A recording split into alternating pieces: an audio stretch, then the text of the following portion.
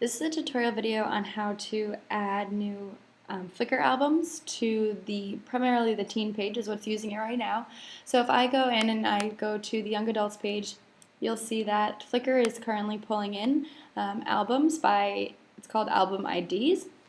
So if I go into the young adults page here, you can see if I keep scrolling here, it's pulling in Flickr. So if you wanted to change which album is showing here, you can pretty easily do that by if I go back to my dashboard and I go into this Flickr album gallery, you can see this is the current one that's pulling in, the Teens Flickr.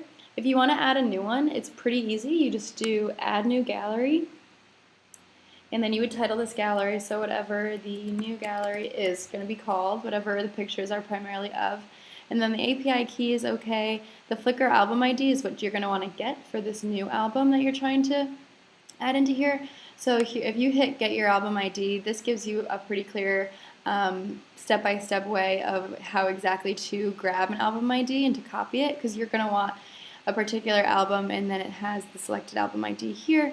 But that's how you would grab what the album ID is, and you're just going to paste it in here. The API key is already correct because that's for you guys. So you just want to make sure that the album ID is the one that you want, and here's the instructions if you click here.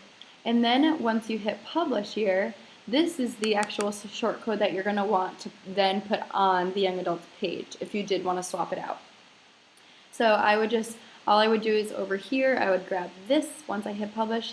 I would grab this ID number, and then I would just go back to my young adults page. So if I go back to young adults, once I copied that new shortcode for my new album that I just added in,